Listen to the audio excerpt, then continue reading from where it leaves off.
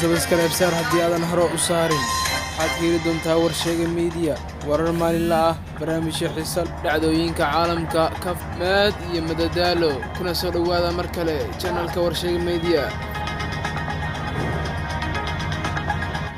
Assalaamu calaykum waraxmatullaahi wabarakaatuh. Kusoo dhawaada wix warnaga soo gaara gudaha dalka iyo dibaddiisa. Boosaas oo ka go'day deegaanada ku yaala koonfurta Puntland. Weerar xooggan oo ka dhacay deegaanka Garsbaalley. Farqiga u dhexeeya dowladda federaalka Soomaaliya iyo dowladda dalka Kenya ee adeegsiga warbaahinta. Waxaan kala eedeynaa wasiirka kaliya aan kheyraadda cad u ahayn oo aan ka mar qaadan. Xildhibaanada Somaliland oo cabsi ka muujiyay ka hadalka xiisadda badhan. Qodobadaas iyo qodobo kale ayaan eedeynaa ku soo dhawaada iyagoo faahfaahsan. Boosaas oo ka go'day deegaanada ku yaala koonfurta Puntland. Roobab xooggan oo ka da'ay deegaanada kala duwan ee ka tirsan Puntland ayaa sababay inay xiranto wadada isku xirta magaalada Boosaaso ee gobolka Bari iyo deegaanada kale ee Puntland. Roobabka ayaa jaray laamiga weyn ee xiriiriya magaalada Garowe iyo magaalada Boosaaso, waxaana go'doon noqonaya deegaanada kale ee dhanka waqooyi bari ku beegan magaalada Garowe. Mas'uuliyiinta Puntland ayaa ku dhawaaqay guddi loo qorsheeyay inay ka shaqeeyaan samata bixinta dadka shacabka ee ku nool deegaanada la xiriiriya Puntland. Roobabkan xooggan ee ka da'ay deegaanada Puntland ayaa sababay inay ka dhashaan daadad xooggan oo jaray buundada weyn ee Midigar. Sidoo kale waxaa go'ay bartamaha laamiga xiriiriya magaalooyinka Boosaaso iyo Garowe. Qaar ka mid ah darawallada gaadiidka ka shaqeeya magaalada Boosaaso iyo magaalooyinka kale ee Puntland ayaa waxay sheegeen inay xilligan qabaan dhibaatooyin ku aadan shaqadooda oo istaagtay. Waxaa xilligan oo kale sare u kaca laga dareemaa qiimaha raashinka, maadaama ay adag tahay in qaybaha kala duwan ee bagaashka isaga kala gudbaan deegaanada Puntland. Weerar xooggan ayaa ka dhacay deegaanka Garsbaalley. Warar dheeraad ah ayaa ka soo baxaya weerar kooxo hubeysan ay ku qaadeen deegaanka Garsbaalley ee duleedka magaalada Muqdisho, kaasoo waxyaalo badan geystay. Weerarka oo xal dhacay ayaa la sheegay in daqiiqado badan uu socday, iyadoo ciidamada ammaanka ee xarunta ku sugnaa maleeshiyaadka ay ku dagaalamayeen bartamaha deegaanka. Xarunta degmada Garsbaalley oo ku taala dhabarka dambe ee jaamacadda Shabeelle ayaa weerarka lagu qaaday, waxaana kadib in kooxaha weerarka geystay ay u baxsadeen dhanka deegaanka ceelasha biyaha. Mas'uuliyiinta deegaanka ayaa sheegay in weerarka uu geystay dhaawac soo gaaray mid ka mid ah ilaalada xarunta deegaanka, iyadoo aysan sheegin dhanka kale waxyeello soo gaartay. Ciidamada ilaalada xarunta deegaanka Garsbaalley ayaa gurmad ka helay ciidamada asluubta, waxaana u suura gashay inay meesha ka eryaan kooxihii weerarka ku soo qaaday xarunta deegaanka. Ciidanka ayaa weerarka kadib xaafadaha Garsbaalley ka bilaabay baaritaanno ay ammaanka ku xaqiijinayaan, iyadoo aan la ogeyn sababta weerarkan ka dambeysay.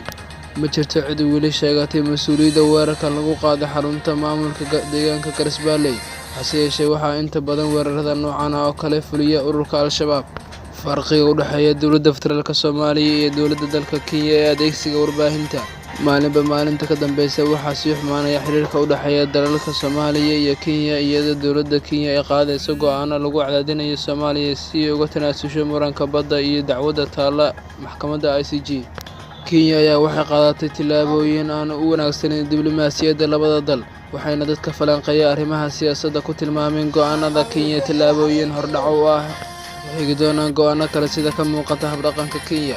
Kenya ayaa waxay bilowday in barnaamijyo iyo baraarujin kicin dadweyne ah ay ka bilowdo warbaahinta dalkaasi, waxaana dhowr idaacadood iyo TV ku yaala dalkaasi laga sii daayay doodo mid ah ku saabsan muranka badda ee labada dal. Sidoo kale Kenya warbaahinta waxay u furtay inay si toos ah ula xiriiraan wasaaradda arrimaha dibadda ee Kenya si loo siiyo warbixino ku saabsan wararkii ugu dambeeyay ee xiisadda labada dal. Waxyaabaha kale ee Kenya samaysay waxaa ka mid ah in muwaadiniinteeda la wadaagto xog faahfaahin dheeraad ah ee ku saabsan xiisadda dowladaha deriska ah.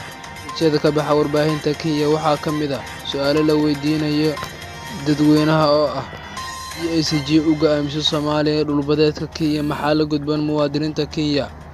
Tillaabo noocee ah ayay tahay in dowladda Kenya ay qaaddo si loo difaaco xuduudaha dalka? Miyay sax tahay in Soomaaliya ay kumanaan qaxooti ah halkan joogaan ay ku soo xadgudubto xuduudaha Kenya? Barnaamijyo kale ayaa ka mid ah barnaamijyada ay tabinayaan warbaahinta Kenya. Kaliya ma ahan in Soomaaliya ay dhibaatooyin ku hayso xadgudubyo kala kulmayso Kenya, balse waxaa la mid ah weerar qarsoon mid bannaanka yaalla oo ay ku hayso dowladda Itoobiya.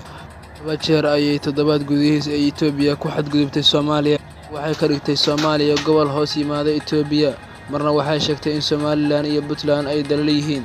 waxayna dhammaantood ay ahaayeen ku xadgudubka midnimada iyo madax-bannaanida Soomaaliya.